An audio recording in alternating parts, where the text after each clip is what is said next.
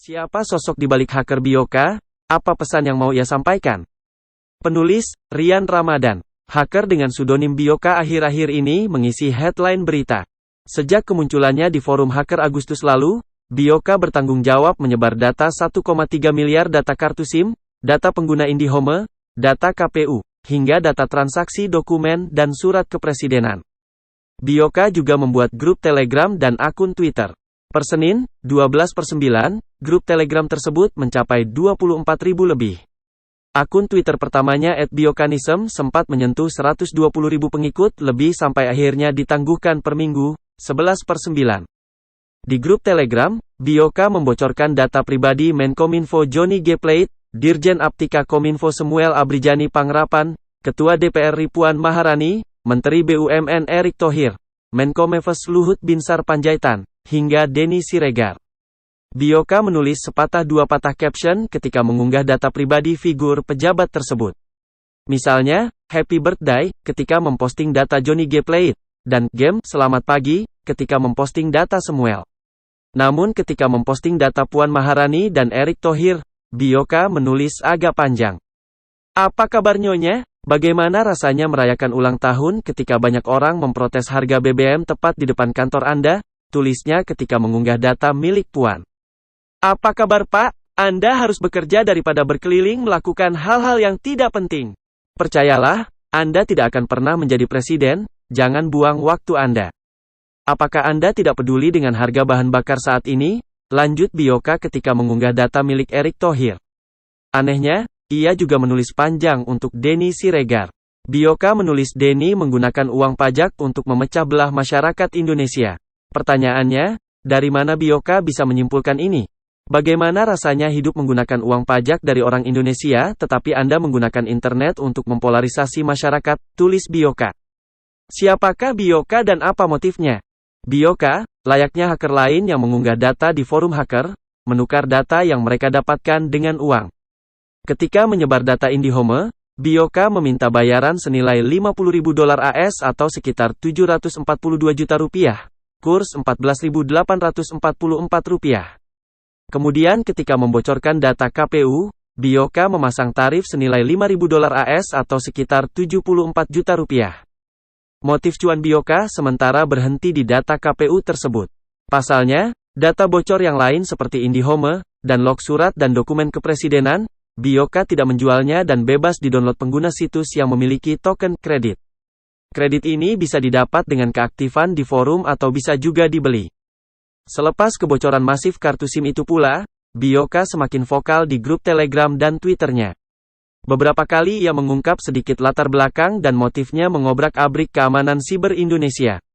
Ketikan Bioka setelah itu langsung berkaitan dengan politik. Mulanya ia mengangkat politik Orde Baru yang mempengaruhi hidup sosok yang ia kenal dekat. Di akun Twitter lamanya yang sudah ditangguhkan tersebut, Bioka mengatakan punya seseorang asal Indonesia yang mengayominya sejak lahir di Warsawa, Polandia. Orang tersebut, dijelaskan oleh Bioka, adalah eksil yang tidak bisa tinggal di Indonesia karena perubahan politik 1965. Saya hanya ingin menunjukkan betapa mudahnya bagi saya untuk masuk ke berbagai pintu karena kebijakan perlindungan data yang buruk. Apalagi jika dikelola oleh pemerintah. Saya punya teman baik orang Indonesia di Warsawa, dan dia bercerita banyak tentang kekacauan di Indonesia ini. Aku melakukan ini untuknya, ungkapnya melalui akun Twitter, Minggu, 11/9. Ya jangan coba-coba melacaknya dari Kementerian Luar Negeri. Karena Anda tidak akan menemukan apapun. Ia tidak lagi diakui oleh Indonesia sebagai warga negara karena kebijakan 1965. Meskipun dia adalah orang tua yang sangat pintar. Sebagai konteks, setelah peristiwa G30 SPKI dan Soeharto naik tahta, banyak sarjana yang disekolahkan ke luar negeri pada zaman Soekarno, tidak bisa pulang ke Indonesia. Paspor mereka dicabut dan tidak dianggap sebagai penduduk Indonesia. Lebih lanjut, Bioka menjelaskan, sebelum meninggal, orang tersebut ingin sekali memajukan teknologi di Indonesia. Namun ia telah meninggal tahun lalu dan tidak sempat mewujudkan mimpinya.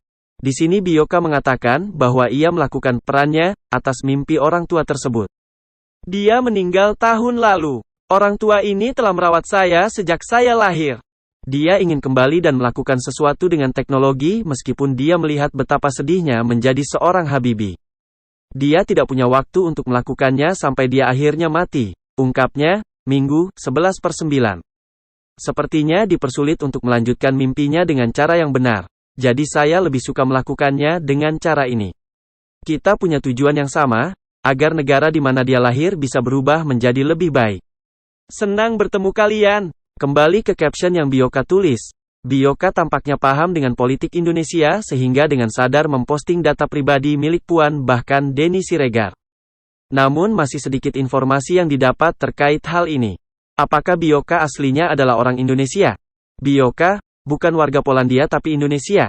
Selain pemahaman Bioka soal politik Indonesia yang tampaknya cukup mendalam, ada pendapat lain bahwa tulisan bahasa Inggris yang digunakan oleh Bioka identik dengan pola yang dituturkan oleh orang Indonesia. Melihat leksikon, collection of words, yang dipakai Bioka, saya cukup yakin bahwa dia adalah orang Indonesia. Penggunaan double conjunction, because since, setelah tanda titik. Ini adalah tipikal khas orang Indonesia untuk menulis B Inggris dengan style Indoglish, tulis Angelina Dea, seorang proofreader dan translator Inggris Indonesia. Angelina menambahkan analisa terkait tulisan Bioka. Beberapa kata yang digunakan Bioka lumrah ditemukan di terjemahan. Selain itu, Bioka banyak salah dalam menggunakan tenses. Dalam B Inggris, untuk menceritakan orang yang sudah meninggal, orang akan otomatis menggunakan past tense, karena mereka sudah tidak ada di dunia ini. Angelina menilai bahwa pola kalimat bahasa Inggris Bioka memiliki kesamaan dengan orang Indonesia yang menggunakan bahasa Inggris, dengan verb dan bahasa Inggris yang selalu tercampur. Meskipun begitu, tetap tidak ada informasi lain yang bisa digali terkait latar belakang Bioka. Mengutip pernyataan Menkominfo beberapa hari lalu, hacker tidak patut dijadikan pahlawan karena melakukan tindakan ilegal.